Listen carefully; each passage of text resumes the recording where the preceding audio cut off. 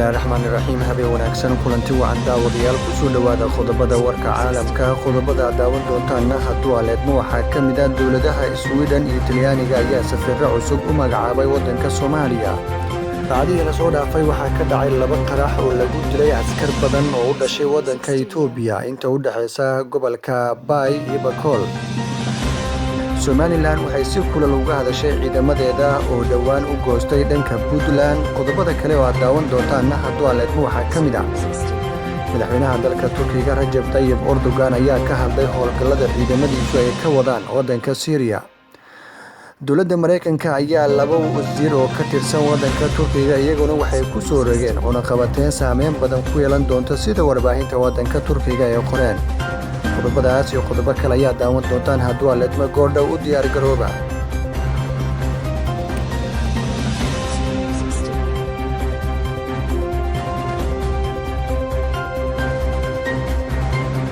mar kale daawadayaal ku soo dhawaada qodobadii aad daawateen oo dhammaystiran. Taariikhdu waa 16 bisha tobanaad 2019. qodobka ugu horeeyana hadduu aleedmo waxuu noqonayaa madaxweynaha dowladda Soomaaliya mudane Maxamed Cabdilaahi Farmaajo ayaa maanta waxa uu la wareegay warqadaha aqoonsiga laba safiir oo dowladaha waddanka Sweden iyo dalka Talyaaniga ay u soo magacaabeen safiirro cusub waddanka Soomaaliya. madaxtooyada Soomaaliya ayuu madaxweynaha kaga gudoomay warqadaha safiirada cusub ee wadamada Sweden iyo waddanka Talyaaniga. madaxweynaha Jamhuuriyadda Federaalka Soomaaliya Mudane Maxamed Cabdulaahi Farmaajo wuxuu maanta oo Arbaco ah taariikhduna ay ku beegan tahay 16 bisha Oktoobar 2019 warqadaha danjirinimo ka gudoomay danjiraha dalka Sweden ee Jamhuuriyadda Federaalka Soomaaliya Mudane Stefan Tillander iyo sidoo kale danjiraha dowladda Talyaaniga ee u fadhiyi doona Soomaaliya Mudane Alberto Feki. labada danjiro ayuu madaxweynuhu ku qaabilay qasriga madaxtooyada ee Villa Soomaaliya waxayna ka wada hadleen sidii loo dardargelin lahaa xiriirka ka dhaxeeya dowladda Federaalka Soomaaliya iyo dowladda Sweden iyo sidoo kale dowladda Soomaaliya iyo dowladda Talyaaniga. Sweden waxay kaalin mug leh ka qaadataa horumarinta iyo taageerada dowladda Federaalka Soomaaliya iyo hay'adaheeda kala duwan. sidoo kale Talyaanigu wuxuu sidoo kale isagana kaalin mug leh ka qaataa sidii garab istaag diblomaasiyadeed iyo mid horumarineedba Soomaaliya loo garab istaagi lahaa. waxayna dowladda Talyaanigu si gaar ah si xoog badan uga shaqeysaa xoojinta hay'adaha amniga iyo tababarada ciidamada xoogga dalka Soomaaliyeed. waxaana rajaynaynaa safiiradan inay u gudan doonaan waajibaadkooda si hufan. dowladda Federaalka Soomaaliya iyo shacabkeeduna waxay ku soo dhaweynayaan gacmo furan iyo in ay sii dardargeliyaan sidii loo xoojin lahaa xiriirka soo jireenka ah iyo saaxiibtinimo ee ka dhaxeeya dowladda Federaalka Soomaaliya iyo dowladda Sweden iyo sidoo kale dowladda Federaalka Soomaaliya iyo qodobka kale aad daawan doontaana hadduu aleedmo waxuu noqonayaa qarax lagu dilay askar badan oo ciidamo Itoobiyaan ah kuwaasi oo lagu dilay gobolka Bay. warar kala duwan ayaa ka soo baxaya qarax saacadihii la soo dhaafay ku dhacay kolonyo ka tirsan ciidamo Itoobiyaan ah lagula eegtay qaybo ka mid ah gobolka Bay ee koonfur galbeed Soomaaliya.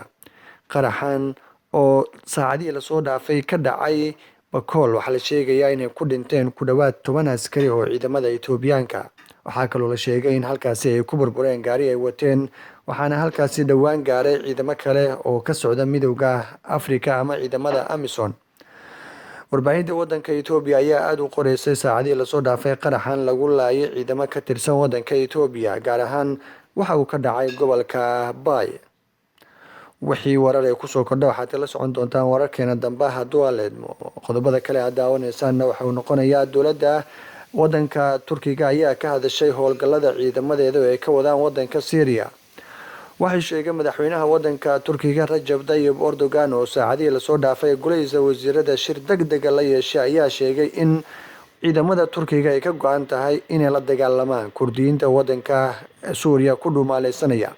waxa uu sheegay in xuduudaha waddankaasi ay ka sifeen doonaan ciidamada Kurdishka ee halkaasi ka wada dhibaatada badan.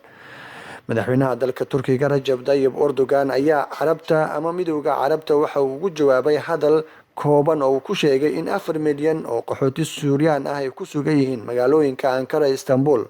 waxa uu sheegay in hal ka mid ah dadka Siiriyaanka ay qaabilaan Carabta balse waddankiisa uu diyaar u noqday 4 milyan oo ka soo barakacay Syria in isagu halkaasi mangeli ku siiyay. waxa uu mar walba ku celceliyaa goobaha ay ka saarayaan Kurdishku. Waxa uu yiri 4 milyan 2 milyan ka mid ah ayaa halkaasi dejin doona.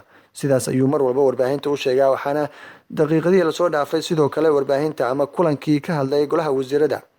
Mid ka mid ah wasiirada arrimaha dibadda ee wadanka Turkiga waxa uu sheegay in dowladda Turkiga ay diyaar u tahay wax walba oo wada hadal ah, balse aanu tan ahayn wax laga wada hadli karo maadaama madaxweynahoodu ay go'aankan ka gaaray.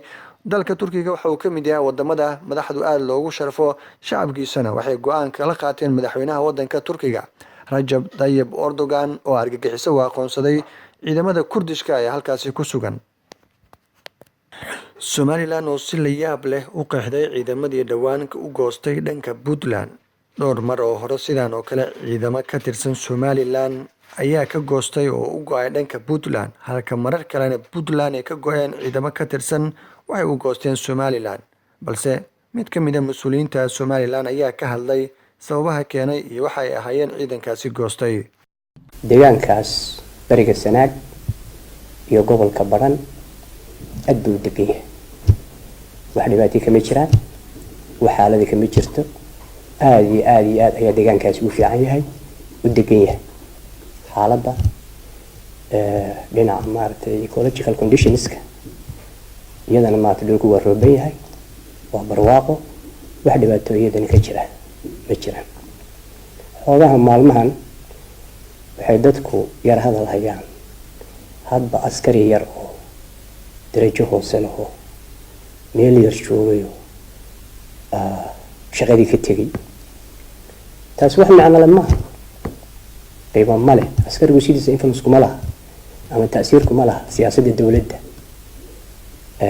waa nin askari oo meel jooga, marka askarigu hadduu iska tago dhaqan ahaan waxa weeye ama uu dhinto ama uu iscasilo isagu ama shaqada ka tago, dee waan askari kale in lagu bedelo oo askari kaloo fiican.